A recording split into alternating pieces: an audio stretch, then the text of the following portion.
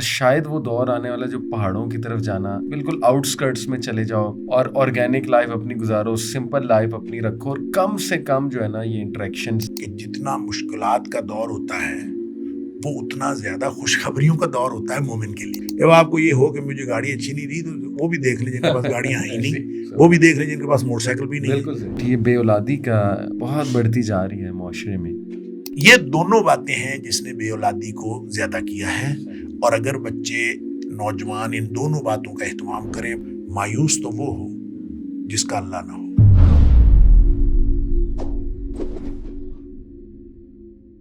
بسم اللہ الرحمن الرحیم، الحمدللہ والصلاۃ والسلام علی رسول اللہ. السلام علیکم ورحمۃ اللہ وبرکاتہ ایوری ون. امید ہے آپ سب خیریت سے ہوں گے، اور آج مجھے بہت خوشی ہو رہی ہے بیکاز تھمبنیل میں بھی آپ نے دیکھ لیا ہوگا. I am privileged to have doctor Hammad Lakhvi with us after long time. Sheikh بھی مصروف ہوتے ہیں کافی زیادہ، ہم شکر گزار انہوں نے ٹائم دیا، اور آپ لوگوں کے بہت زیادہ ماشاءاللہ فرمائش بھی آ رہی تھی. So here is doctor Hammad with me. السلام علیکم ورحمۃ اللہ وبرکاتہ. وعلیکم السلام ورحمۃ اللہ. کیسے ہیں شیخ؟ خیریت سے؟ ماشاءاللہ مصروفیات ٹھیک جا رہی ہیں آپ کی؟ ماشاءاللہ شکر اللہ تعالیٰ. بہت شکریہ شیخ، آپ نے ٹائم دیا. تھوڑا سا ہم دور آ گئے آپ کے وہاں سے، بٹ ایک مقصد تھا یہاں آنے کا، ابھی میں ذکر کر ہی رہا تھا آپ سے. تو اللہ اس میں کامیابی بھی دے رہے ہیں، ہمارے لیے دعا بھی کریں انشاءاللہ تعالیٰ. شیخ، ہمارا ایونٹس آف چینج ایک ٹور چل رہا ہے آج کل، جو پورے پاکستان کے ڈفرینٹ سٹیز میں جاتے ہیں، ڈفرینٹ انسٹیٹیوٹس میں، شہروں میں، کالجز میں. تو وہاں جا کے کانفرنسز بھی ہم نے کرائے، بھی پنجاب کو کور کیا ہے. پرسوں ہم سندھ کے لیے نکل رہے ہیں انشاءاللہ. تو ایک بہت کامن سوال میں نے نوٹ کیا کانفرنسز پہ بھی، اور یونیورسٹیز کے اسٹوڈنٹس وہ یہ سوال آ جا کے، مطلب سوال کا کرکس یہی ہوتا ہے، اور وہ سوال یہ ہے کہ مایوسی بہت زیادہ جو ہے وہ پھیلتی جا رہی ہے.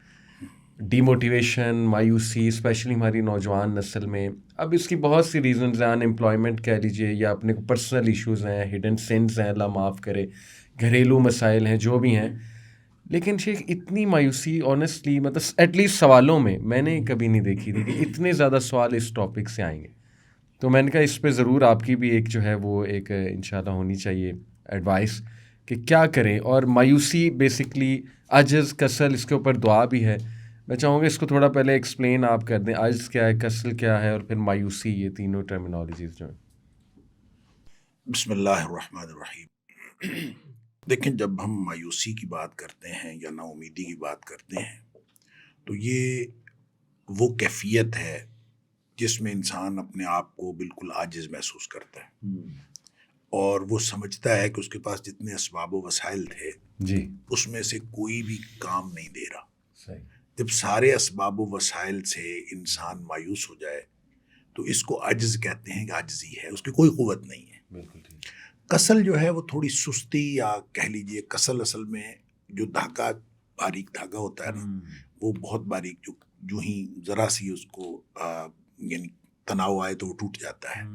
تو وہ اس کو جو ہے نا یعنی کسل مندی کہتے ہیں، یا کسل کہتے ہیں، کہ انسان جو ہے وہ بالکل مایوسی کے اس آخری سٹیج پہ پہنچا ہوتا ہے کہ اس کے اندر کسی طرح کی ایکٹیویٹی نہیں ہوتی. اس کا نہ مائنڈ ایکٹیو رہتا ہے، نہ اس کی باڈی ایکٹیو رہتی ہے.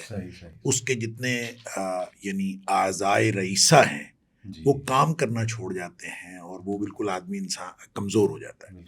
تو یہ کیفیت ہے. اب ان دونوں کیفیتوں کا ظاہر ایک دوسرے کے ساتھ بڑا گہرا تعلق ہے. جب آپ کا ذہن جو ہے وہ مایوس ہوگا تو آپ کی باڈی جو ہے اس کے مطابق وہ کسل مندی کا شکار ہو جائے گی. تو یہ کیفیت آج کے دور میں کیوں ہے، اس میں میرے خیال میں میرے سے زیادہ آپ جانتے ہیں کہ اس وقت جو نوجوانوں کی کیفیات ہیں اور نوجوانوں کے جو حالات ہیں، وہ حالات کی وجہ سے ان کی کیفیات بنتی ہیں. حالات کیا ہیں کہ آج کا نوجوان سب سے پہلے میں سمجھتا ہوں مقابلے سے تھک گیا ہے. مقابلہ ایسا ہے، اور وہ جس مقابلے کے اندر وہ بھاگ دوڑ کر رہا ہے وہ ہے بھی یوں کہہ لیجئے کہ کوئی آرٹیفیشل لائف کا آرٹیفیشل مقابلہ ہے. صحیح بات. اس کی کوئی حقیقت کے ساتھ کوئی تعلق نہیں ہے، اور اس میں جو ہے یوں دوڑے چلا جا رہا ہے آج کا نوجوان.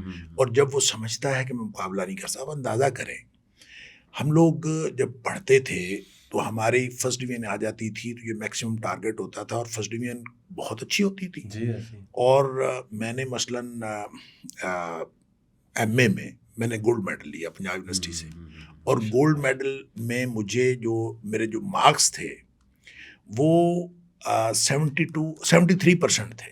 اچھا 73% مارکس میں میں نے ایم اے اسلامیات میں گولڈ میڈل لے صحیح لیا. صحیح. اب صورتحال یہ ہے کہ 80% مارکس تو کوئی مارکس ہی نہیں نا. اب یعنی صورتحال ایسی ہے کہ 80% نمبر آ جاتے ہیں تو وہ تو کچھ بھی نہیں کہلاتے, پھر 90% ہیں, پھر 95% ہیں, اور بچے جو ہیں وہ 97% نمبر لے کے بھی مایوس گھر لوٹتے ہیں کہ دوسرے کے 98% آ گئے, اور جس نے 98 لیے ہیں وہ مایوس گھر لوٹتا ہے کہ دوسرے کے 99% آ گئے. تو یوں یہ جو مقابلہ ہے نا اس کے اندر اب یعنی کہہ لیجیے آرٹیفیشل لائف کا ایک آرٹیفیشل مقابلہ ہے. نوجوان جب اپنے آپ کو تھکا ہوا محسوس کرتا ہے, اور تھکا ہوا کیوں نہ محسوس کرے کہ جب اس کو ہر سٹیپ پہ مایوسی ملتی ہے, اور وہ والی تھنکنگ تو اب ختم ہو گئی ہے کہ چلیں مجھے کچھ بھی اللہ نے دیا ہے تو بہتر ہے اپنے آپ کو. یہ نا مجھے ایک واقعہ یاد آیا, جب ہمارا ایم اے کا پارٹ 1 کا رزلٹ آیا تو ہمارا پورا گروپ جو تھا ان کی فرسٹ ڈویژن آئی پارٹ 1 میں. ایک ہمارا دوست تھا, اب وہ اس دنیا میں بھی نہیں رہا, اللہ تعالیٰ ان کی مغفرت فرمائے, تو اس کی سیکنڈ ڈویژن آئی. اچھا ہم سب لوگ جو ہیں وہ اس کے پاس گئے اظہار ہمدردی کے لیے کہ اس کے ساتھ اظہار ہمدردی کریں کہ آپ کے نمبر کم آئے, یعنی اس کی سیکنڈ ڈویژن آئی, ہم سب کی فرسٹ ڈویژن آئی. تو وڈ یو بلیو کہ ہم ان کے پاس بیٹھے تھے, تو اس نے مختلف لوگوں کے بارے میں پوچھا, فلاں کے کتنے نمبر ہیں, فلاں کے کتنے نمبر ہیں, فلاں کے کتنے نمبر ہیں.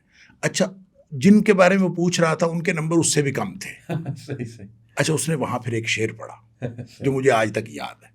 اس نے کہا یہ بھی کیا کم ہے کہ میرے جلتے ہوئے گھر کا دھواں, یہ بھی کیا کم ہے کہ میرے جلتے ہوئے گھر کا دھواں تیرے ایواں کی فصیلوں سے ذرا اونچا ہے. زبردست, بالکل ٹھیک. یعنی اس کو نا, یعنی اس نے بالکل اس میں ایسا ذرا بھی اس نے افسوس نہیں کیا. اس نے کہا بھی اس سے بھی میرے نمبر زیادہ ہیں, اس سے بھی میرے نمبر زیادہ ہے. یہ پازیٹیو تھنکنگ ہے. بہترین. اور اب جو مقابلہ ہے وہ نیگیٹو تھنکنگ کا مقابلہ ہے. لوگ یہ سوچتے ہی نہیں کہ میرے نمبر اس سے زیادہ ہے. ہماری ایک بھتیجی ہوا کرتی تھیں, اور اللہ بخشے وہ بعد میں وہ ینگ ایج میں فوت ہو گئی. تو انہوں نے ایک دفعہ اپنے دادا سے جا کے بات کر رہی تھی, تو دادا جی نے کہا کہ تم سیکنڈ آئی ہو, تم فرسٹ نہیں آئی. صحیح.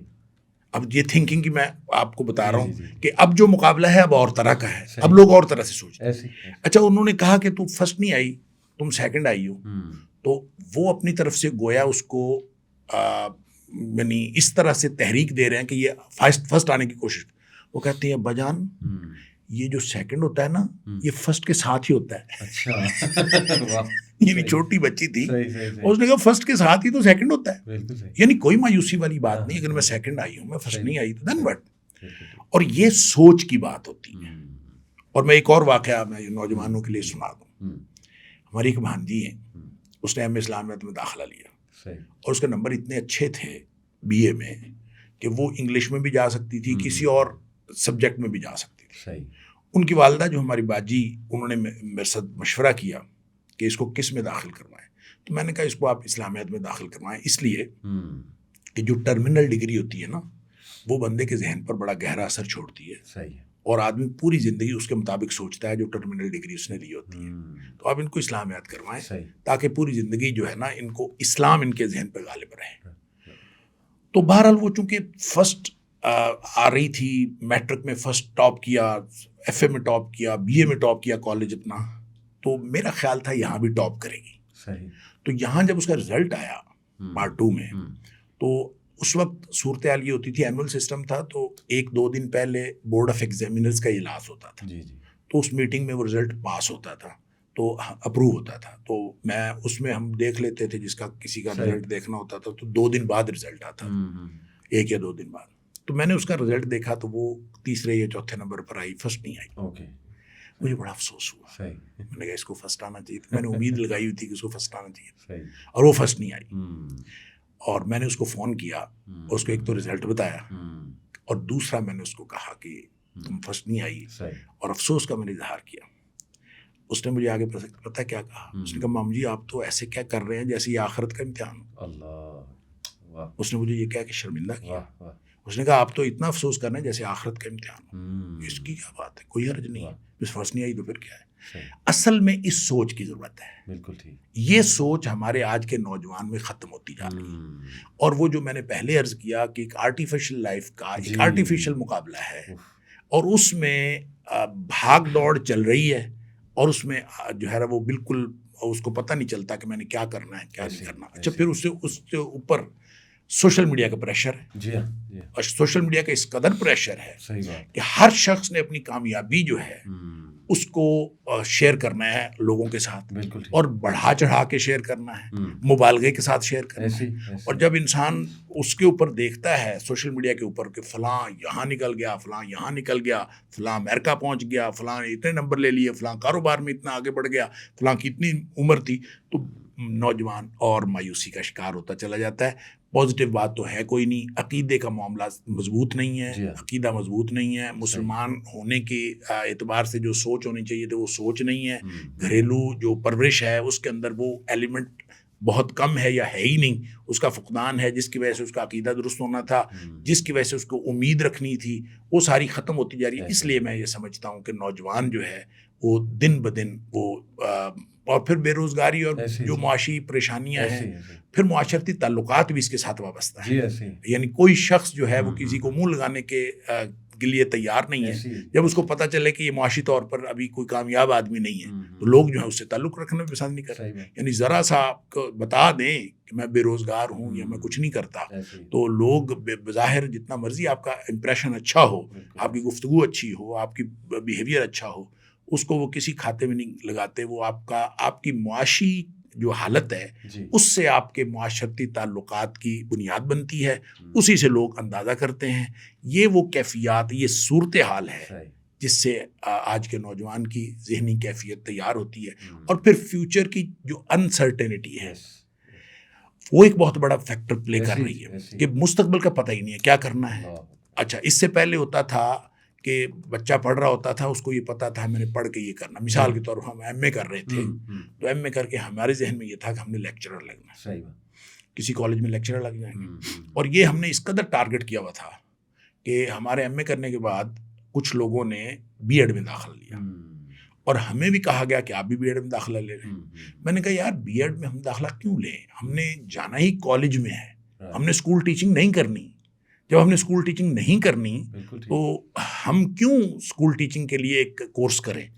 ہم تو کالج میں جائیں گے اور کالج کے لیے بی ایڈ کی کوئی ضرورت نہیں ہے، لہٰذا ہم نے نہیں کرنا. بالآخر اللہ تعالیٰ نے ہمیں جاب بھی دے دی، کالج میں آ گئے، پھر یونیورسٹی میں آ گئے. تو کہنے کی بات یہ ہے کہ اس وقت تھنکنگ اس طرح کی تھی کہ ہم جو ہے لے لیں گے کچھ، اور اب تو کچھ بھی نہیں ہے. بے یقینی ہے کہ وہ انتہا کی بے یقینی ہے، اور لوگ بیچارے جو نوجوان پریشان ہیں میں نے کرنا کیا ہے. اس کو کچھ نہیں پتا میں پڑھوں گا تو کیا ہوگا، اس کو کچھ نہیں پتا میری ڈگری کے بعد کیا ہوگا. وہ ڈگری لے رہا ہے لیکن اس کو پتہ نہیں ہے میرا کیا ہوگا. اور اسی لیے لوگ سوشل سائنسز سے، پیور سائنسز سے لوگ پیچھے ہٹ گئے ہیں. اب تو ایک ہی رہ گیا ہے آئی ٹی اور یہ جو کمپیوٹر، سافٹ ویئر انجینئرنگ ہے، ہارڈ ویئر ہے، اے آئی ہے، سارے کے سارے جو انفارمیشن ٹیکنالوجی سے متعلق ابھی آئی ٹی یہ چل رہا ہے. اور ساری دنیا پنجاب یونیورسٹی میں دیکھ لیں یا دیگر یونیورسٹی میں دیکھ لیں کہ باقی سارے سبجیکٹس میں ملا کے اتنی اپلیکیشنز نہیں ہیں داخلے کے لیے جتنی صرف آئی ٹی میں ہیں. اور یہ ہر یونیورسٹی کی یہ صورتحال ہے. ابھی پچھلے دنوں میں پڑھ رہا تھا کہ پشاور یونیورسٹی میں شاید 9 ڈپارٹمنٹ جو ہے بند کر دیے گئے. اچھا ہاں کلوز، ان میں داخلہ نہیں ہوا. تو یہ آہستہ آہستہ ہر جگہ پہ ہو رہا ہے. مختلف یونیورسٹیاں جو ہیں اب وہ کیا کریں، ادھر داخلہ لوگوں کی توجہ کوئی نہیں. یہ ان ساری چیزوں کا تعلق جو ہے وہ نوجوان کی امید اور نا امیدی سے ہے. اور نوجوان نا امید ہو کے مستقبل کی جو بے یقینی ہے وہ بے یقینی اس کو نا امید کر رہی ہے. اب پہلے لوگ کہتے تھے باہر چلے جائیں گے، پاسپورٹ بنائیں گے باہر چلے. اب باہر بھی بے روزگاری ہے، باہر بھی حالات خراب ہیں، ٹف کمپٹیشن ہو گیا. اور وہاں پہ جب یہ دیکھتے ہیں اور وہاں جو گئے ہوئے ہیں وہ ان کو بتاتے ہیں کہ حالات وہاں بھی خراب ہے. تو اب صحیح بات یہ ہے کہ نہ کیریئر کاؤنسلنگ کا معاملہ ہے جو ہونی چاہیے وہ نہیں ہے، اور نوجوان کے سامنے مستقبل جو ہے وہ ایک بالکل انسرٹن ہے. یہ اس کو اور زیادہ نا امید کرتا ہے. مجھے لگتا ہے کہ موٹی موٹی یہ چند باتیں ہیں اور ان باتوں کو اوور کم کیا جا سکتا تھا اور اوور کم کیا جا سکتا ہے.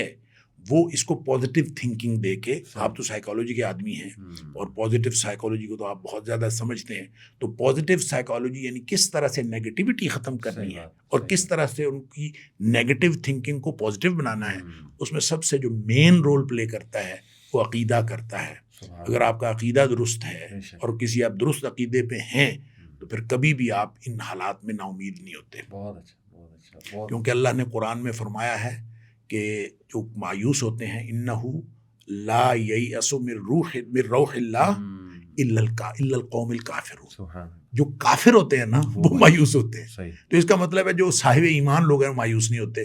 ہم نے اپنے بچوں کا اگر عقیدہ ایسا بنایا ہو تو پھر وہ کبھی مایوس نہ ہو. بالکل, بہت زبردست آپ نے ایک اوور ویو دیا.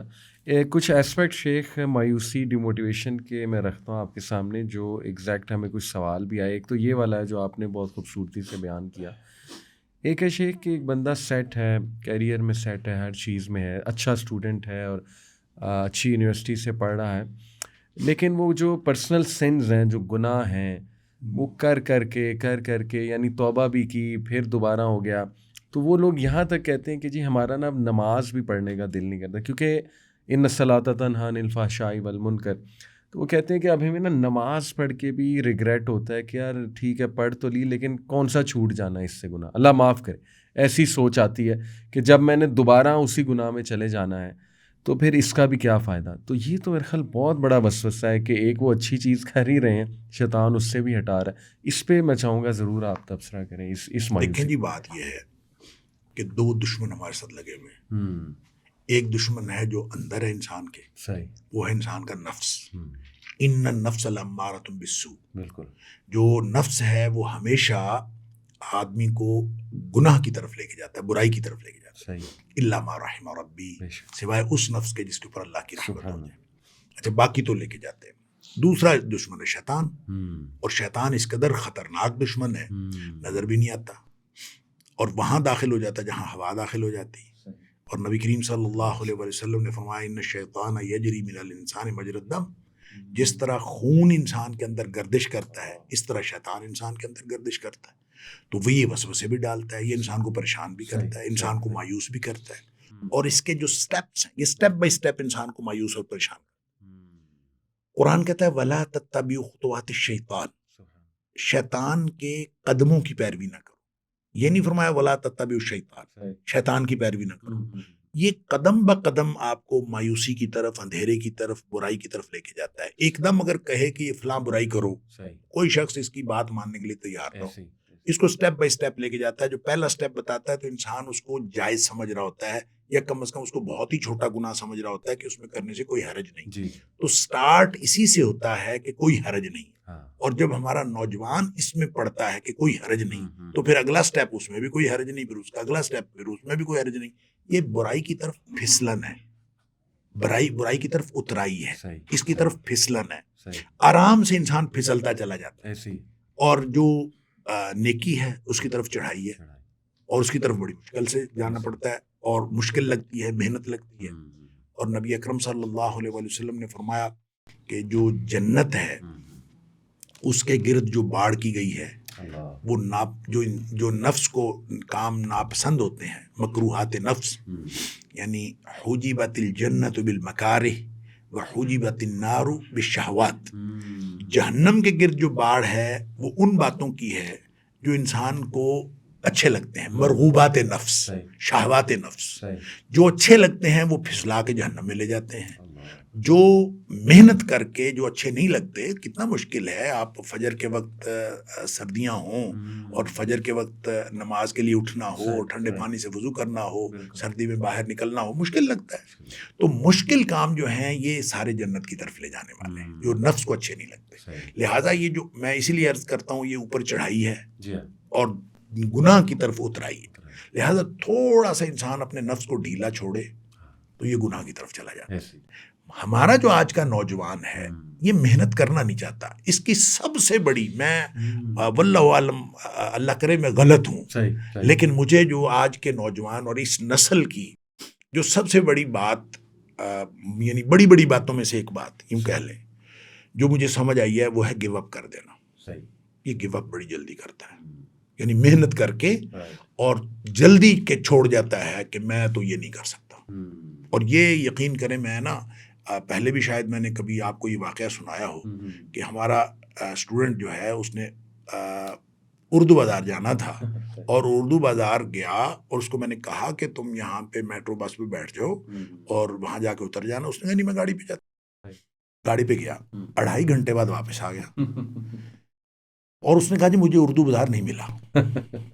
اچھا میں سمجھنے سے قاصر ہوں کہ جب اس نے میں اس سے پوچھتا رہا کہ جب آپ نے یہ فیصلہ کیا کہ اردو بازار مجھے نہیں ملتا تو وہ کیا موقع تھا, آپ کا کیا خیال تھا کہ ادھر ادھر چلا گیا؟ اردو بازار تو وہیں تھا. بات کیا تھی؟ بات صرف اتنی, ٹریفک زیادہ ہوگی, مشکل لگی, گاڑی کہاں کھڑی کروں گا, کیا کروں گا, اتر کے پوچھا بھی نہیں. اور اتر کے پوچھا بھی نہیں. اور اس نے پریشانی میں اس نے کہا چھوڑو یار پھر کبھی دیکھیں گے, کتابیں ہی لینی ہے نا تو پھر لے گیو اپ کر دیا. تو یہ جو گیو اپ کر دینا ہے مشکلات کو دیکھ کر, حالات کو دیکھ کر, یہ جو گیو اپ کر دینا ہے یہ ہمارے اس نسل کے اندر آیا کہاں سے واللہ اعلم. لیکن میں اس کو لنک کرتا ہوں کارٹون کے ساتھ. جو کارٹون نسل ہے نا یہ ان کو گیو اپ کر دینا, کارٹون سے ان کی مینٹیلٹی ڈیولپ ہوئی ہے. اور کارٹون کے اندر آپ دیکھتے ہیں کہ ایک پورا سین جاتے جاتے ایک دم ختم ہوتا ہے اور پھر وہ جو مر چکا ہوتا ہے وہ دوبارہ زندہ ہو جاتا ہے اور جو ختم ہو جاتا ہے وہ پھر ٹھیک ہو جاتا ہے. یعنی ایک ایسی نسل تیار ہوئی ہے جس کو پتہ ہے, ذہن سازی ہوئی ہے کہ جو ہی آپ گیو اپ کریں گے تو ونس اگین سٹارٹ ہو جائے گا, تو نو پرابلم. تو وہ زندگی کو بھی اسی طرح لیتے ہیں جیسے کارٹون چل رہا ہے اور یہ گیو اپ کر دیں گے دین واٹ ہم پھر سے شروع کر لیں گے. یہ میرا خیال ہے واللہ عالم, ہو سکتا ہے میں نے تو عرض کیا کہ شاید میری بات غلط ہو, بلکہ اللہ کرے میں غلط. نہیں بالکل صحیح. اور مجھے یہ لگتا ہے کہ اس کے پیچھے کارٹون ہے اور کارٹون نسل ہے, گیمز ہیں, ہر چیز ہے. ہر چیز کے اندر آپ اس کو ریسٹارٹ کر لیتے ہیں اور ایک دفعہ اس کو آپ ختم کر کے فیل ہو کے ناکام ہو کے آپ اس کو دوبارہ کر لیتے ہیں. لہٰذا مینٹیلٹی ایسی ڈیولپ ہو گئی ہے کہ کوئی بات نہیں, کسی موقع پر اگر نہیں ہوتا تو گیو اپ کر دے, دوبارہ کر لیں گے. ڈیورسز بھی اسی لیے, ساری چیز دوبارہ سٹارٹ. زندگی جو ہے وہ کوئی اہمیت رکھتی ہی نہیں ہے, ہر چیز دوبارہ ہو جائے گی, بیوی بھی دوبارہ مل جائے گی, نئی شادی کر لیں گے, کوئی بات نہیں, پھر معاملہ ہو جائے. یہ جو ایک نئی نسل کے اندر یہ چیز ہے, اس نے پھر یہ کیفیت, یہ ذہنیت بنائی ہے کہ اب وہ گناہ تو چھوڑنا نہیں ہے, وہ تو مجھ سے چھوڑا جانا نہیں ہے. گیو اپ ہے نا اس میں بھی مشکل کی طرف نہیں جانا. گناہ چھوڑنا مشکل ہے, جس کا انسان ایڈکٹ ہو جاتا ہے تو ایڈکشن کو چھوڑنا تو بڑا مشکل ہے. لہذا وہ تو چھوڑنا نہیں ہے, لہذا نماز بھی پڑھ کے کیا کرنا ہے. لہذا مشکل جو ہے اس مشکل میں اس نے یہ فیصلہ کر لیا ہے کہ یہ نہیں کرنا. اور اب چاہے کوئی کسی بھی فیلڈ میں کوئی کام کر رہا ہے, واللہ عالم, مجھے یوں لگتا ہے کہ یہ ایک اجتماعی سائیکی ڈیولپ ہوئی ہے اور یہ مختلف طرح کے حالات اور مختلف طرح کے جو براٹ اپ ہیں, اور براٹ اپ میں ہم دیکھتے ہیں کہ چاہے کوئی نیک بچہ ہے اور چاہے کوئی برے ماحول میں پیدا ہوا ہے, اور جو جہاں بھی براٹ اپ اس کا ہوا ہے, کارٹون تو ایک ایسی چیز ہے جس کو ہم بے ضرر سمجھتے رہے ہیں اور بے ضرر سمجھ کے مائیں جو ہیں بچوں کو کارٹون لگا کے دے دیتی تھی. اب تھوڑا تھوڑا شعور ڈیولپ ہو رہا ہے کہ اب بہت سارے والدین اپنے بچوں کو سکرین سے دور رکھنے کی کوشش کرتے ہیں, اور میں سمجھتا ہوں یہ بڑی اچھی اویئرنیس ہے. اگر یہ لوگوں میں شعور آ گیا ہے تو بچوں کو جتنا زیادہ سکرین سے دور رکھیں گے, امید ہے انشاءاللہ کہ اس کے پازیٹیو اثرات بچوں کے اوپر ہوں گے, اور جب یہ نوجوان بنیں گے تو ان کے اندر وہ والے پرابلمز نہیں ہوں گے جو ہم اس وقت اپنے نوجوانوں کے اندر دیکھ رہے ہیں. بالکل ٹھیک شیخ, بہت اہم آپ نے بات کی, گناہ چھوڑنا نہیں چاہتے. اصل میں شیخ میں نے بھی کچھ کورسز کرائے اس پہ, ایڈکشنز پہ اور گناہوں کے اوپر, تو وہ جب میں نے سلوشن خود بھی دیکھا اور دوسروں کو بھی پریزنٹ کیا تو واقعی بڑا مشکل سلوشن. ساری یہ ڈٹرمینیشن مانگتا ہے, یہ ڈٹرمینیشن مانگتا ہے, یہ عزم مانگتا ہے, اور یہ عزم کے ساتھ اس کو اپنے آپ کو قابو کرنا مانگتا ہے.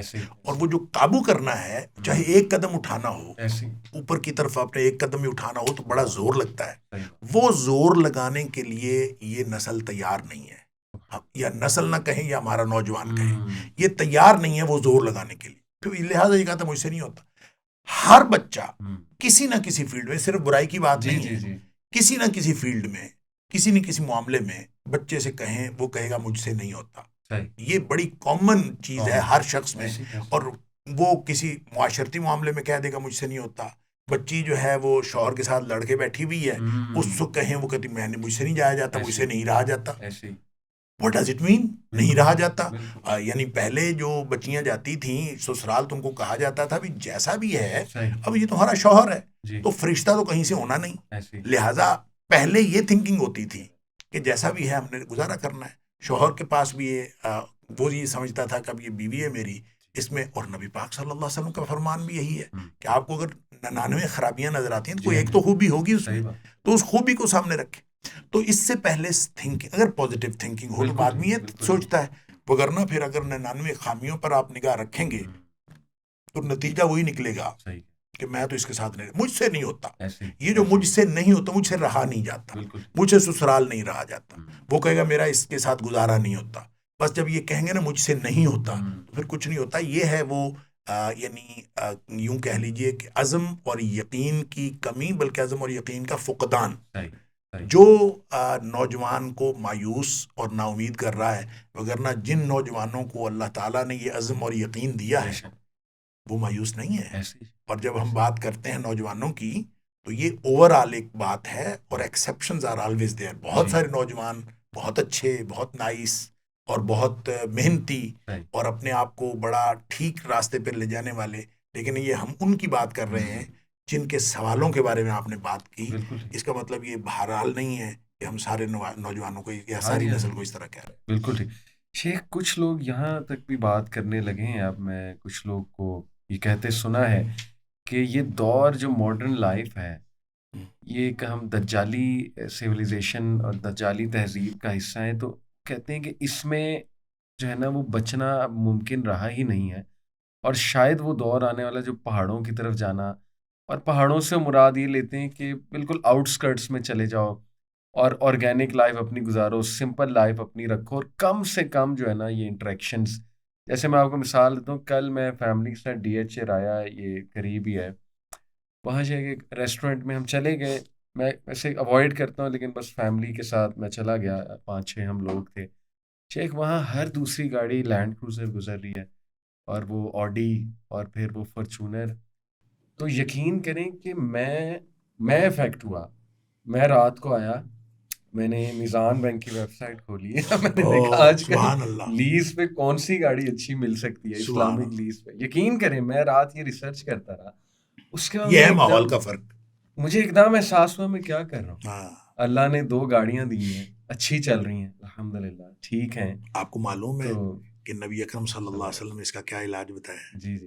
آپ نے فرمایا کہ دنیا کے معاملے میں اپنے سے نیچے والے کو دیکھو, سبحان اللہ, پھر شکر گزاری کے جذبات پیدا ہوں گے.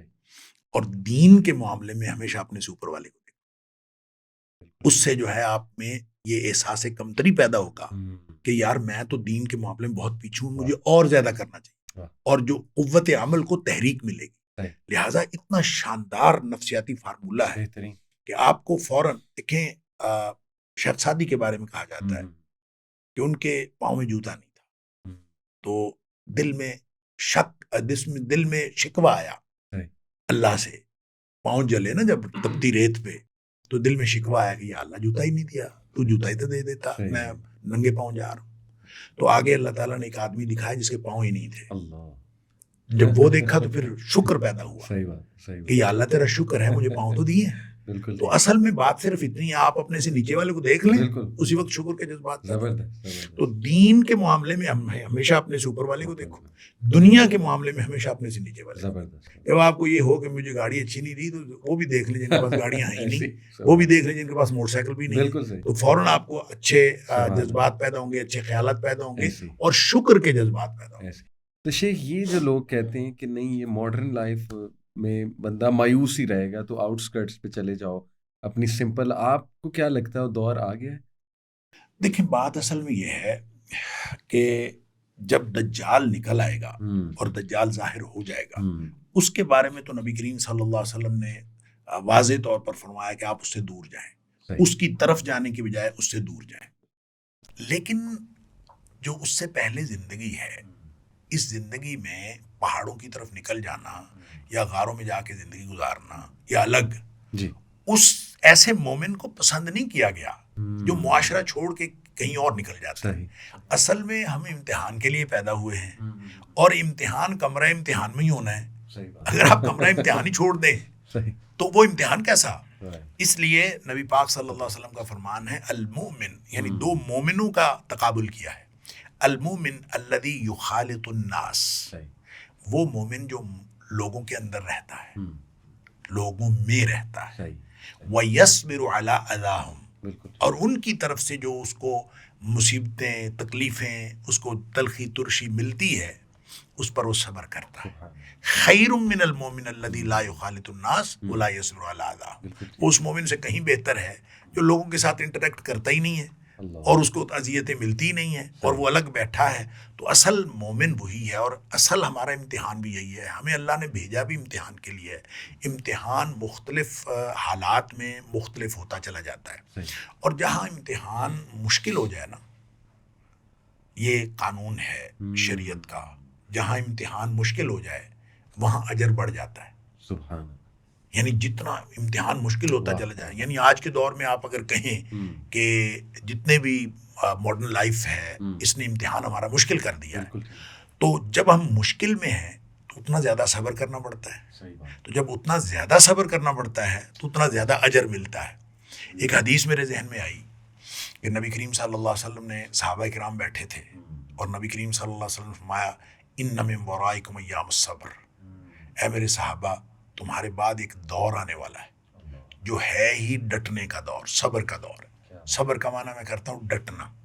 اصل میں صبر جب ہم اس کا لفظی معنی ہوتا ہے روکنا، اس چیز سے اپنے آپ کو، اس فطری رد عمل سے اپنے آپ کو روک لینا. اللہ اس کے رسول صلی اللہ علیہ وسلم کے حکم کی وجہ سے جو کسی بھی سچویشن میں فطری طور پر رد عمل پیدا ہوتا ہے اس کو صبر کہتے ہیں. صحیح. یعنی خوشی کے موقع پر آپ کو جو دل چاہ رہا ہے اس کو حدود میں رکھنا صبر ہے. غم کے موقع پر جو آپ کو کیفیتیں ہو رہی ہیں اور حدود سے باہر نکلنے کو چاہ رہی اس کو اپنے اندر رکھنا یہ صبر ہے. حتیٰ کہ جب آپ کسی سے فوجیں آپس میں ٹکرا رہی ہیں تو بھاگ جانے کو دل کرتا ہے، طاقتور فوج کو دیکھ کر رک جانا، ٹکرا جانا صبر ہے. ہر طرح. بالکل ٹھیک. لہٰذا جب مشکلات بڑھ جائیں تو وہ مشکلات بڑھ جانے کا دور اصل میں صبر کے مواقع کا دور ہے. صحیح. اس لیے آپ نے فرمایا ان من ورائکم ایام الصبر، کہ میرے بعد تمہارے بعد ایک دور آنے والا ہے جو صبر کا دور ہے، ڈٹ جانے والا. ساتھ آپ نے فرمایا صبر ہوگا بڑا مشکل. کتنا مشکل؟ آپ فرمایا کقبض علی الجمر، جیسے آگ کا انگارہ ہاتھ میں پکڑنا مشکل ہے. یعنی ہاتھ میں آگ کا انگارہ ہو تو آدمی کو چین آتا ہے بھلا. فرمایا اتنا مشکل ہوگا اس دور میں صبر کرنا. اور صبر سے مراد کیا ہے اسی حدیث کے اگلے الفاظ واضح کرتے ہیں. آپ نے فرمایا للعامل فیہن، اس دور میں جو عمل کرے گا، اس کا مطلب ہے نیکی پر عمل کرنے والا، دین پر عمل کرنے والا، یہی صبر کرنے والا ہے. فرمایا اس دور میں جب عمل کرنا اتنا مشکل ہو جائے گا، اس دور میں جو نیکی اور دین پر عمل کرے گا اجر 50، اس کے لیے 50 لوگوں جتنا اجر ہے. صحابی پوچھتا ہے، صحابہ بھی چھوڑتے نہیں تھے، ہر بات پوچھ کے چھوڑتے تھے. صحابی پوچھتا ہے اللہ کے رسول صلی اللہ علیہ وسلم یہ 50 لوگوں جتنا جو اجر ملنا ہے، یہ 50 لوگ کون سے ہیں؟ اس دور کے 50 لوگ ہیں یا ہمارے دور کے 50 لوگ ہیں؟ نبی اکرم صلی اللہ علیہ وسلم فرمایا 50 منکم، اے میرے صحابہ تم 50 صحابہ جتنا اجر ملے گا جو اس دور میں دین پر عمل کرے گا. لہٰذا اگر مشکل ہے نا یہ دور تو یہ اجر کا دور ہے، یہ خوشخبریوں کا دور ہے. مومن کے لیے جتنا بھی مشکل دور آتا ہے، اور وہ حدیث تو آپ نے سنی ہوئی ہے، نبی کریم صلی اللہ علیہ وسلم بڑی معروف حدیث ہے. آپ نے فرمایا کہ جو مومن ہے اس کا معاملہ تو خیر ہی خیر ہے. ان امر المومن، مومن کا معاملہ سارے کا سارا خیر ہے. اور وہ جو خیر ہے وہ کیسے؟ پھر ساتھ آپ نے فرمایا وَلَيْسَ ذَاكَ لِأَحَدٍ إِلَّا الْمُؤْمِنِ، یہ معاملہ صرف مومن کے ساتھ ہوتا ہے، کسی اور کے لیے نہیں ہوتا. بالکل ٹھیک. اور عجب لِأَمْرِ الْمُؤْمِنِ، مومن کا معاملہ بڑا عجیب ہے. کیا عجیب معاملہ ہے کہ وہ ہر ایک حالات میں اس کو بھلائی ہی بھلائی ملتی ہے. پھر آپ نے اس کی وضاحت فرمائی کہ اس کو جب خوشی ملتی ہے تو یہ اللہ کا شکر کرتا ہے اور وہ معاملہ بھی اس کے لیے خیر ہو جاتا ہے، اور جب اس کو کوئی مشکل پہ پڑتی ہے، تنگی آتی ہے، تو یہ صبر کرتا ہے، تو وہ معاملہ بھی اس کے لیے خیر آ جاتا ہے۔ لہٰذا مشکل میں بھی خیر اور بھلائی میں بھی خیر، یعنی خوشی میں بھی خیر، تو خوشحالی اور تنگی دونوں خیر، تو یہ مومن کے لیے معاملہ ہو جاتا ہے۔ تو لہٰذا اگر اللہ تعالیٰ ایمان عطا فرمائے تو پھر تو معاملات بہتر سے بہتر ہوتے چلے جاتے ہیں۔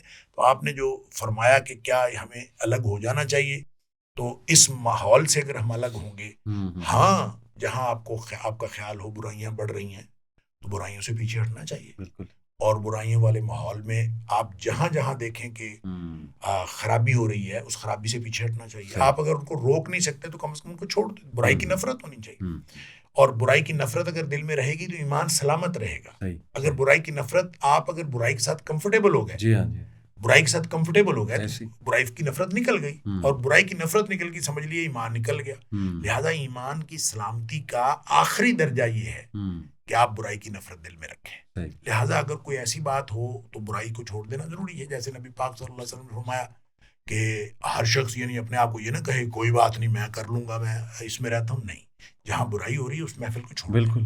جیسے نبی پاک صلی اللہ علیہ وسلم نے فرمایا کہ اس دسترخوان کو چھوڑ دیں جس دسترخوان کے اوپر شراب چنی ہوئی ہو۔ آپ کہیں کہ میں کون سا شراب پیتا ہوں، مجھے کیا شراب کوئی مجھے میرے منہ میں آ رہی ہے، تو نبی پاک صلی اللہ علیہ وسلم نے فرمایا اس دسترخوان پہ ہی نہ بیٹھیں جس پر شراب چنی ہوئی ہو۔ ہاں ایفیکٹ ہو سکتا ہے، یا کم از کم آپ، اس کا مطلب یہ ہے کہ آپ کمفرٹیبل ہو گئے کہ وہ آپ کے ٹیبل پہ رکھی ہے تو آپ کمفرٹیبل ہو گئے۔ تو برائی کے ساتھ کمفرٹیبل ہونا یہ اصل میں ایمان کے ضائع ہونے کا خدشہ ہے، اس لیے کہ برائی کے ساتھ کبھی کمفرٹیبل۔ بہت بہت موٹیویشنل، بہت ماشاءاللہ آپ نے ہوپ فل بات کی کہ مومن جو ہے وہ تو برداشت کرتا ہے، اور اجر پھر دیکھیں سبحان اللہ 50 صحابہ جتنا کیا اجر، بات، یعنی صحابہ کو اس دور میں اجر ملا تو ایک بندے کا ملا، تو ہمیں آج کے دور میں اجر ملے گا تو انشاءاللہ 50 صحابہ جتنا اجر ملے گا۔ اب یہ تو آج کے دور کا مسئلہ ہے نا، جتنی مشکلات، میں تو اس لیے کہتا ہوں کہ جتنا مشکلات کا دور ہوتا ہے وہ اتنا زیادہ خوشخبریوں کا دور ہوتا ہے مومن کے لیے۔ اللہ کیا سوچ، تو اس میں کیا بات ہے۔ بہت خوبصورت، بہت شیخ۔ ایک اور ایسپیکٹ یہ بے اولادی کا بہت بڑھتی جا رہی ہے معاشرے میں، اور یہ چیز بہت نا اب لوگوں کو ڈی موٹیویٹ مائز، کیونکہ کافی ہمارے پاس کیسز آتے ہیں کہ دیکھیں اولاد کے لیے تو سب کچھ کرنا تھا، اولاد ہی اب نہیں ہے، اور 10 12 سال لوگوں کو گزر چکے ہیں لیکن کوئی مطلب اب معاملہ نہیں ہو رہا۔ تو یہ اس کو کیسے، وہ دعا بھی کرنا چھوڑ گئے ہیں لوگ، کہتے ہیں کہ بس ٹھیک ہے اب ہم نے قبول ہی کر لیا ہے، اور ایک ڈی موٹیویٹڈ لائف گزار رہے ہیں، پرپز لیس، کہ بس اولاد ہی نہیں ہے تو بس اب کیا جینا، بس ٹھیک ہے اب زندگی گزر جائے۔ تو یہ والی ڈی موٹیویشن اور مایوسی جو ہے، دیکھیں اولاد تو اللہ کے ہاتھ میں ہے۔ اللہ تعالیٰ نے سورہ شورى میں فرما دیا کہ اللہ کے ہاتھ میں ہے، وہ جہاں چاہتا ہے بیٹے دیتا ہے، جہاں چاہتا ہے بیٹیاں دیتا ہے، جہاں چاہتا ہے بیٹے بیٹیاں مکس دیتا ہے، اور جس کو چاہتا ہے وہ بانج بنا دیتا ہے، اور یہ اللہ کے ہاتھ میں ہے۔ لہٰذا ہمیں خوش رہنا چاہیے، اس نے جو بھی ہمارے لیے پسند کیا ہمیں اس بات پر خوش رہنا چاہیے۔ ہمارے لیے اگر اس نے صرف بیٹے پسند کیے ہیں، بیٹی نہیں پسند کی، اب دیکھیں میرا ایک نقطہ نظر، میرے چونکہ صرف بیٹے ہیں، بیٹی کوئی نہیں، اچھا میں یہ کہا کرتا ہوں، اب ہو سکتا ہے میری بات بالکل غلط ہو، میری رائے ہے، میں کہتا ہوں جس کو اللہ معتبر سمجھتا ہے نا اس کو اللہ بیٹی عطا کرتا ہے، اور جس کو اللہ تعالیٰ معتبر نہیں سمجھتا اس کو اللہ تعالیٰ بیٹی نہیں دیتا۔ ہو سکتا ہے واللہ عالم، ہو سکتا ہے میری بات درست ہو سکتا ہے غلط، لیکن یہ میری رائے ہے۔ اب اللہ تعالیٰ کس کو بیٹے دینے ہیں، کس کو بیٹی دینی ہے، کون میرا ایک دوست تھا اس کی 3 بیٹیاں تھیں، اور وہ ہمیشہ یہ کہتا تھا کہ میرے اللہ نے مجھے بیٹیوں کی پرورش کے لیے بہتر سمجھا، تو مجھے اللہ نے بیٹیاں دے دی، اور میرے ذمے لگایا اللہ نے کہ میں نے بیٹیوں کی پرورش کرنی ہے۔ اور اس پر پھر جو اجر نبی کریم صلی اللہ علیہ وسلم نے بتایا کہ جو 3 بیٹیوں کی پرورش کرے گا وہ جنت میں جائے گا، جو 2 بیٹیوں کی پرورش کرے گا جنت میں جائے گا، تو صحابی کہتا ہے کہ لوگوں نے آگے ایک بیٹی کے بارے میں پوچھا نہیں، وگرنہ نبی کریم صلی اللہ علیہ وسلم ایک بیٹی پر بھی یہی اجر بتاتے کہ وہ جنت میں جائے، کہ اگر اس کو نیک صالح تربیت کرتا ہے اور اس کی شادی کر دیتا ہے اور اس کو تربیت کر کے اور سارا کچھ اس کو مکمل کرتا ہے تو انشاءاللہ ایک بیٹی کی پرورش پر اس کو جنت ملے.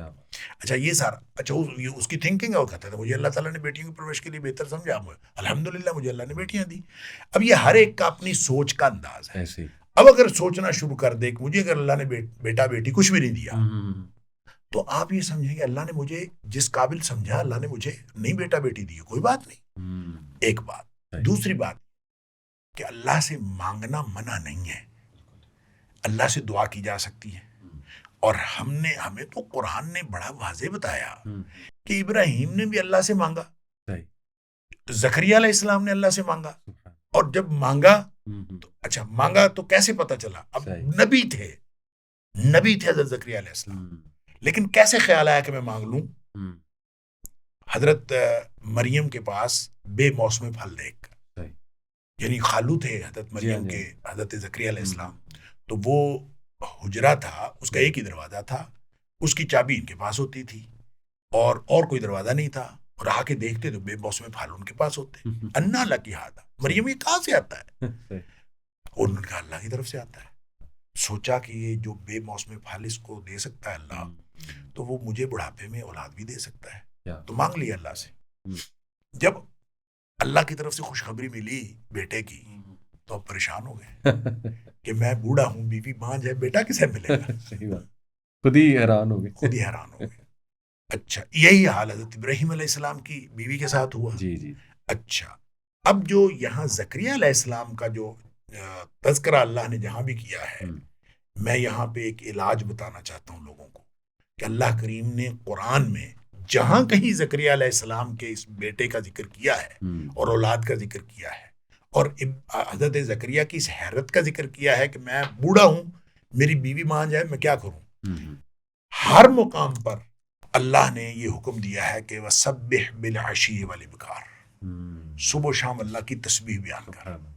اور اس سے جو ہے مفسرین نے یہ نقطہ نکالا ہے, اور میں یہ سمجھتا ہوں یہ قرآن کا بیان ہے اور یہ بالکل درست ہے کہ جہاں بے اولادی ہے نا, ان کو صبح و شام ایسے اذکار کرنے چاہیے جس میں تسبیح ہے. سبحان اللہ کہیں, سبحان اللہ و بحمدہ کہیں, سبحان اللہ و بحمدہ سبحان اللہ العظیم کہیں, سبحان اللہ و بحمدہ عدد خلقہ و رضا نفسہ و زنۃ عرشہ و مداد کلماتہ. یہ جو جتنے اذکار ہیں جو سبحان سے شروع ہوتے ہیں, جس میں سبحان ہے, جس میں اللہ کی تسبیح ہے, تو وہ کریں تو یہ انشاءاللہ بے اولادی کا علاج ہے. میاں بیوی دونوں اگر تسبیح کریں تو انشاءاللہ یہ بے اولادی کا علاج ہے. صبح و شام کریں. تو میں نے اس پہ جو ہے نا 6-7 چیزیں بنائی ہوئی ہیں, اور مجھے تو کوئی بے اولاد جوڑا کہتا ہے کہ اولاد نہیں ہوتی, میں ان کو یہ دیتا ہوں. میں کہتا ہوں کہ آپ یہ 6-7 چیزیں ہیں, یہ پڑھا کرو اور صبح و شام اس کا ذکر کیا کرو, اور یہ قرآنی علاج ہے بے اولادی کا. بالکل کہ آپ تسبیح کریں گے تو انشاءاللہ وہ نقص دور ہو جائے گا اور اللہ تعالیٰ اولاد دے دے گا. اچھا یہ تو ہے ایک بات جو اس کی روحانی سائیڈ ہے, یا اس کو جو ہم شرعی طور پر دیکھتے ہیں. لیکن جو دوسرا اس کا حصہ ہے نا, جو اس کو ہم فزیکلی دیکھیں تو ہمارے جو حالات ہیں نا, آج کل ساری نسل وہ فاسٹ فوڈ پہ اور جنک فوڈ پہ چل رہی ہے. اور جنک فوڈ جو ہے اصل میں ہماری صلاحیتوں کو ختم کر رہی ہے, چاہے وہ لڑکے ہوں چاہے لڑکیاں ہوں.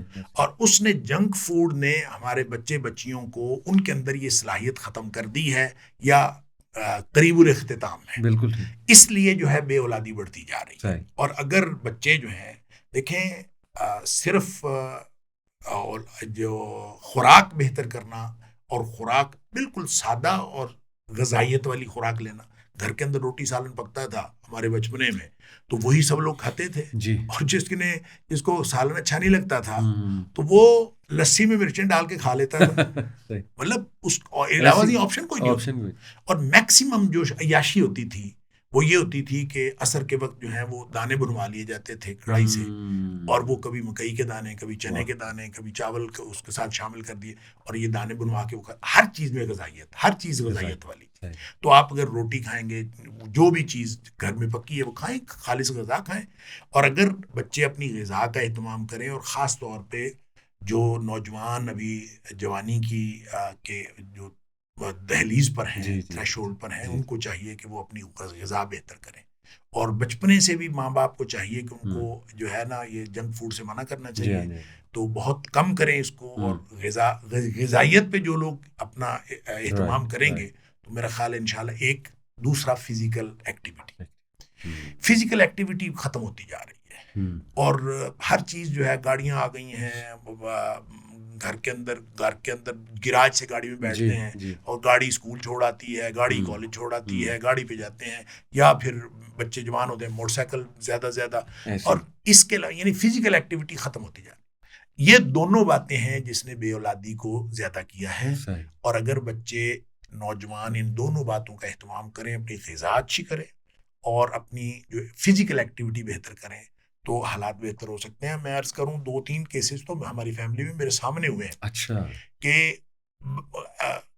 آپ جا کے مشورہ کرتے ہیں لیڈی ڈاکٹر کے ساتھ کہ یہ مسئلہ ہے، تو وہ صرف ایکسرسائز بتاتی ہیں، ایسی کچھ بھی نہیں، وہ کہتے ہیں تھوڑا سا ویٹ لوز کریں، تھوڑی سی ایکسرسائز کریں، آپ کو کچھ نہیں ہے، تو آپ کنسیو کر لیں گی، کوئی مسئلہ نہیں ہے۔ تو ایسا ہو جاتا ہے، لہٰذا اس کا مطلب یہ ہوا کہ اپنی فزیکل فٹنس کا خیال رکھیں، لڑکا بھی لڑکی بھی، اور ساتھ اپنی غذا کا خیال رکھیں، اور دوسرا اللہ پر اعتماد رکھیں، اللہ سے مانگتے رہیں، اور تسبیح جس میں اللہ تعالیٰ کی پاکیزگی کا بیان ہے اس کو کریں، تو انشاءاللہ یہ بے اولادی ختم ہو سکتی ہے، اور اللہ تعالیٰ اولاد عطا فرما دے گا۔ شیخ ماشاءاللہ آپ نے بالکل جو ایک سائنٹیفک طریقہ ہے، میں یہ پازیٹیو سائیکالوجی میں ہوپ پورا ایک ٹاپک ہے، اس کی نا سائنٹیفک ڈیفینیشن ہے کہ ہوپ جو ہے نا یہ ایک ایسے مائنڈ سیٹ کو کہتے ہیں جس میں ایجنسی تھنکنگ اور پاتھ وے تھنکنگ ہوتی ہے۔ ایجنسی تھنکنگ یہ جو سائیکالوجسٹ کے پاس کبھی کوئی جائے نا، وہ اس طرح بنواتا ہے کہ چلو جی کاپی پینسل پکڑو اور ساری وہ جو ہے نا پاتھ ویز لکھو، وہ ایجنسیز لکھو جن پہ تم عمل کر سکتے، اور وہ ایجنسیاں لکھ کے اب اس کے پاتھ وے بناؤ، solution A, solution B, solution C. تو سبحان اللہ، دیکھیں آپ نے بڑی خوبصورتی سے بالکل سائنٹیفک میتھڈ ہے، اور یہ ہوپ لیسنس کو ختم کرتا ہے۔ جب بندہ شیخ خود لکھتا ہے، پھر اس پہ عمل شروع کرتا ہے، پھر اس کا کچھ رزلٹ دیکھتا ہے، تو فطری ہے کہ آٹومیٹکلی اس کا کانفیڈنس بڑھے گا، اس کو ہوگا کہ یار میں کر سکتا ہوں۔ تو بہت زبردست ایمانسیپیشن۔ دیکھیں جی، ہمیں تو وہ جو سائیکالوجسٹ لکھواتے ہیں نا، تو لکھوا کے پاتھ وے بناتے ہیں، یوں کریں، یوں کرنا چاہیے، ہمیں تو یہ سارا کچھ اسلام نے بنا کے دے دیا۔ سبحان، کیا بات، ہمارا پورا ہمارا کام ہوا ہے، ہمارا جو بیسک ورک ہے سر، ہم نے اس پر عمل کر سارا کچھ ہوا ہے، کدھر جانا ہے، کیا کرنا ہے، صبح اٹھنا ہے، کیا کرنا ہے، دعا پڑھنی، اب اندازہ کریں یار، سبحان اللہ، یعنی کس خوبصورتی کے ساتھ اسلام نے ہمیں فلسفی آف لائف بھی سمجھائی ہے، اور ساتھ ہمیں ہوپ بھی دی ہے۔ اب دیکھیں، رات کو سوتے وقت کہنا ہے کہ اللہم بسمک اموت واحیا، اللہ تیرے نام پر میں مر رہا ہوں اور پھر زندہ ہوں گا، مر رہا ہوں، ختم ہو رہا ہوں، بسمک ربی وضعت جنبی، اللہ تیرے نام پر میں نے پہلو رکھا ہے اپنا۔ اور ان امسکت نفسی، دو باتیں ہو سکتی ہیں، ایک تو یہ بات ہو سکتی ہے میں دوبارہ اٹھوں ہی نہ، یہ ممکن ہے، لہٰذا اللہ سے کہتا ہے، نبی پاک صلی اللہ علیہ وسلم نے سکھایا، ان امسکت نفسی، اللہ اگر تم میرے جان کو روک ہی لے، یعنی ختم ہو جاؤں میں، فرحمھا، تو پھر اس پر رحم کرنا، وَإِنْ أَرْسَلْتَهَا، اور اگر تیرا فیصلہ یہ ہے کہ تو نے اس کو صبح چھوڑ دینا ہے، فَاحْفَظْهَا بِمَا تَحْفَظُ بِهِ عِبَادَكَ الصَّالِحِينَ، پھر اللہ اس کی ایسے حفاظت کرنا جیسے تو اپنی نیک بندوں کی حفاظت کرتا۔ پھر صبح اٹھتا ہے تو کہتا ہے الحمدللہ الذی احیانا بعد ما اماتنا والیہ النشور، اللہ تیرا شکر ہے تو نے موت کے بعد دوبارہ زندگی دی۔ اب دیکھیں یہ سائیکل ہے زندگی کا، اور اس کے ساتھ ساتھ پازیٹیوٹی پیدا ہو رہی ہے، اس کے ساتھ ساتھ ہوپ پیدا ہو رہی ہے۔ اب اللہ نے زندگی دی ہے، الحمدللہ ایک دوسری دعا، سبحان اللہ، الحمدللہ الذی عافانی فی جسدی، سب تعریفیں اللہ کے لیے، سارا شکر اس کے لیے جس نے میرے جسم کو تندرستی بخشی، ورد علی روحی، اور میری روح مجھے واپس کر دی، سبحان اللہ، میری روح مجھے واپس، وَأَذِنَ لِي بِذِكْرِهِ، اور مجھے اللہ نے اس بات کی اجازت دی کہ میں اللہ کو یاد کر سکوں، یعنی مجھے اجازت دی۔ تو یہ فوراً جو صبح اٹھتا ہے تو یہ امید سے اٹھتا ہے اور اس خیال سے اٹھتا ہے کہ اب پورا دن جو ہے انشاءاللہ بہترین گزرے گا۔ اللہ حاضر قیاس، ہمیں جو سسٹم دیا گیا ہے، سسٹم آف لائف دیا گیا ہے، یہ پورا پاتھ وے موجود ہے، اس پاتھ وے کے اوپر صرف عمل کرنا ہے۔ اگر ہم اس کے اوپر ایکشن کرنا شروع کر دیں تو کوئی مسئلہ ہی نہیں ہے. مایوس تو وہ ہو جس کا اللہ نہ ہو. جس کا اللہ ہے وہ کیوں مایوس ہوتا ہے؟ اس لیے اللہ نے قرآن میں فرمایا جب موسیٰ حضرت یوسف علیہ السلام کے بھائی جا رہے تھے ان کو حضرت یعقوب علیہ السلام نے کہا تھا کہ تم نے اللہ کو، مایوسی تھی ہر طرف، گھر میں پیسے ختم ہو گئے، غلہ کیسے لیں گے، یوسف علیہ السلام پہلے کے گئے ہوئے ہیں، بنیامین بھی پکڑا گیا، حالات اتنے خراب ہیں، اب جمع پونجی بھی ختم ہو گئی، اب وہ کہتے ہیں کیسے غلہ لائیں گے، کیا کریں گے؟ تو یعقوب علیہ السلام نے فرمایا لا تیأسوا من روح اللہ، تم نے اللہ کی رحمت سے مایوس نہیں ہونا. اس لیے کہ اللہ کی رحمت سے وہ مایوس ہوتے ہیں جو کافر ہوتے ہیں. ہم چونکہ مومن ہیں لہذا اللہ کی رحمت سے مایوس نہیں ہونا. یوسف بھی واپس مل گئے، بنیامین بھی واپس مل گئے، غلہ بھی مل گیا، بادشاہت بھی مل گئی، سارے حالات ہی بہترین ہو گئے. اور یہ اگر انسان یہ سمجھے کہ میرا اللہ ہے. اچھا ایک بات میں یہاں پہ ضرور کرنا چاہتا ہوں، میرا خیال ہے وقت بھی ہمارا آخر پہ پہنچ گیا. دیکھیں یہ جو مایوسی ہے نا اور اللہ پر توکل ہے، جو اللہ نے مومن کو ٹولز دی ہیں نا مایوسی کو ختم کرنے کے لیے، اس میں سب سے بڑا ٹول توکل ہے. صحیح. اللہ پر بھروسہ. صحیح. اور جو اللہ پر بھروسہ کرتا ہے، اللہ نے سورۃ طلاق میں فرمایا کہ جو اللہ پر بھروسہ کرتا ہے فَهُوَ حَسْبُهُ، اللہ اس کو کافی ہو جاتا ہے. یعنی وَمَن يَتَوَكَّلْ اللَّهُ فَهُوَ حَسْبُهُ، جو اللہ پر بھروسہ کرتا ہے اللہ اس کو کافی ہو جاتا ہے. اچھا مسئلہ کیا ہے؟ ہم اللہ پر بھروسہ نہیں کرتے یا کرتے ہیں تو جزوی کرتے ہیں. ہوتا کیا ہے کہ ہمارے پاس اسباب ہیں، ہم اسباب پر یہ کر لوں گا، میں یہ کر لوں گا، میں یہ کر لوں گا. بعض اوقات پھر بعض اسباب جو ہیں ورک نہیں کرتے. جو ورک نہیں کرتے تو ہم ان سے مایوس ہوتے ہیں. مایوس ہو کے تھوڑی سی توجہ اللہ کی طرف جاتی ہے کہ اللہ یہ کر دے گا، اللہ یہ کر دے گا. اچھا کچھ بھروسہ اسباب پر، کچھ اللہ پر. ایسے جزوی بھروسے والے کو جو اللہ ہے نا وہ کافی نہیں ہوتا. اللہ پسند ہی نہیں کرتا اس کو جو جزوی بھروسہ رکھتا ہے.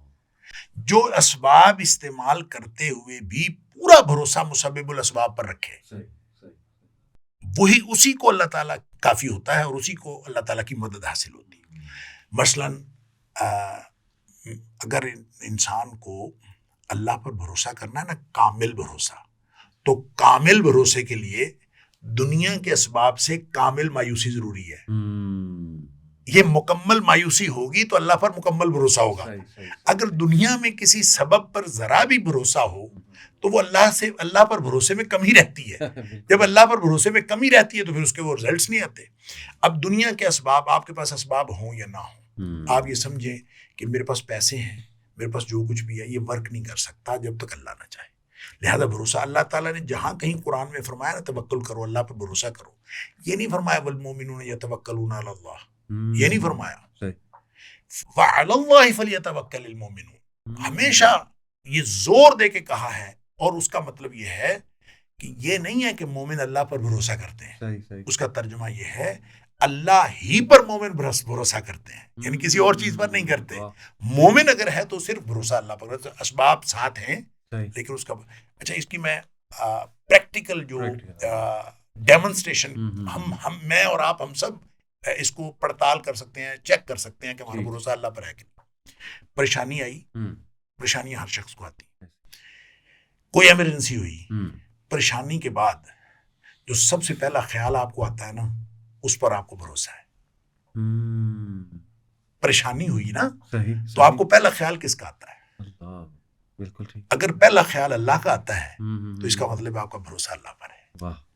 اگر پہلا خیال یہ آتا ہے کہ میرے پاس بینک میں پیسے پڑے ہیں میں کر لیتا ہوں، یا میرا فلاں MNA واقف ہے، یا فلاں میرا چچا فلاں میرا رشتہ دار وہ بیوروکریٹ ہے، میں اس سے بات کر لوں گا، میں اس سے کر لوں گا، میں جتنے بھی دنیا کے اسباب و وسائل ہو سکتے ہیں، اگر پہلا خیال ان کا آتا ہے اٹ مینس کہ آپ کا بھروسہ اللہ پر کامل نہیں ہے.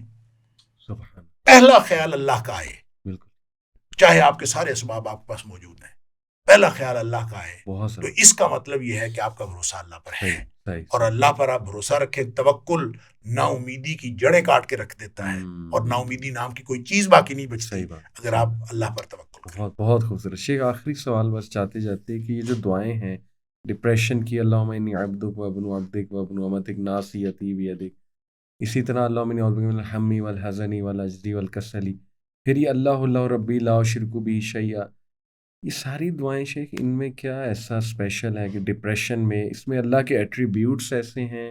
صرف اللہ سے کنیکشن ہے. ہم، جب آپ اپنے آپ کو اللہ کے ساتھ کنیکٹ کرتے ہیں ہم، تو بس یہ کنیکٹیوٹی ہے. ہم، آپ نے دعائیں بتائیں، اس میں ایک دعا کا اضافہ کرتا ہوں. ہم، ایک دعا ہے نبی کریم صلی اللہ علیہ وسلم نے پریشانی اور غم میں بتائی. صحیح، لا الہ الا اللہ العظیم الحلیم، بالکل، لا الہ الا اللہ رب العرش العظیم، ہم، لا الہ الا اللہ رب السماوات رب العرض رب العرش الکریم. ہم، اب یہ جو دعا ہے اس میں مانگا کیا ہے؟ طلب تو ہے ہی طلب تو ہے ہی نہیں، نہیں ایسے، صرف اور صرف ریکگنیشن ہے سبحان، اور معرفت ہے اللہ کی کہ اللہ تیرے علاوہ کوئی نہیں ہے. ہم، تو ہی عرش عظیم کا رب ہے، واہ، تو ہی زمین و آسمان کا رب ہے.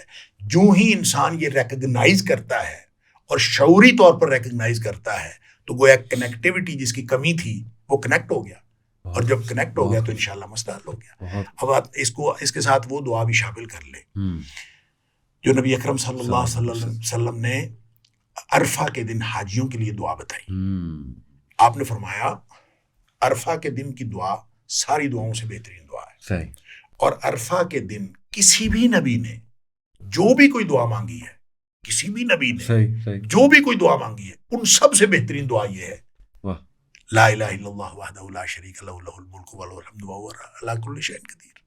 اب اس میں بھی آپ اندازہ کریں، سوائے اللہ کی صفات بیان کرنے کے ایسے ہی اور ریکگنائز کرنے کے اس کے علاوہ کچھ بھی نہیں. کچھ نہیں، گویا جو ہی آپ اللہ تعالیٰ کو شعوری طور پر ریکگنائز کریں گے، اللہ کی صفات کا بیان کریں گے، تو آپ کو وہ کنیکٹیوٹی حاصل ہو جائے گی جس کنیکٹیوٹی کے بعد جو اللہ قرآن میں کہتا ہے نا اللہ، کہ میں ان کے ساتھ ہو جاتا ہوں. بالکل صحیح، ان اللہ مع الذین اتقوا والذین محسنین والذین هم محسنون. ہم، اللہ ان لوگوں کے ساتھ ہوتا ہے جو اللہ کی ناراضگی سے بچتے ہیں اور اللہ کی خوشنودی حاصل کرنے کی کوشش کرتے ہیں، اور زندگی میں نیکیاں بہتر سے بہتر، زیادہ سے زیادہ نیکیاں کرنے کی کوشش کرتے ہیں، ان کے اللہ تعالیٰ ساتھ ہوتا ہے. ہم، گویا جب ہم اللہ تعالیٰ کو اس طرح سے یاد کرتے ہیں ہم، اور اس سے اللہ کے ساتھ وہ تعلق پیدا ہوتا ہے بالکل صحیح، کہ معیت اللہ کی حاصل ہو جاتی ہے، اللہ کا ساتھ مل جاتا ہے، اور جو ہی اللہ کا ساتھ ملتا ہے تو ہمارے سارے کام ہو جاتے ہیں.